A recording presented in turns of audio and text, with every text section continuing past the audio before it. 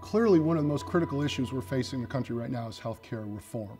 And it is certainly dominated the past year, and unfortunately where we are right now, I believe is in the wrong direction. Look, at the end of the day, there are a couple of questions. Do we need healthcare reform in the United States of America? I believe so. Secondly, how do you facilitate that reform? Through the federal government or through the private sector? I believe it's through the private sector. What we need to do is make sure that the fundamental relationship between a patient and physician is secure. And if the federal government comes in between that, that's not going to be beneficial for anybody, and that's what's going on right now.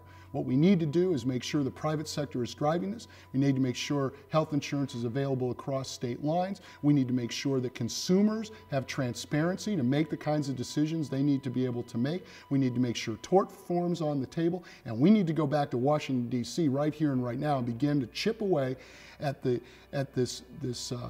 bill that was just passed to make sure it is not enshrined in the future of our children. And we also need to protect the right of the Arizonans to be able to choose the kind of health care that they need to have without the federal government coming in and intruding into their lives.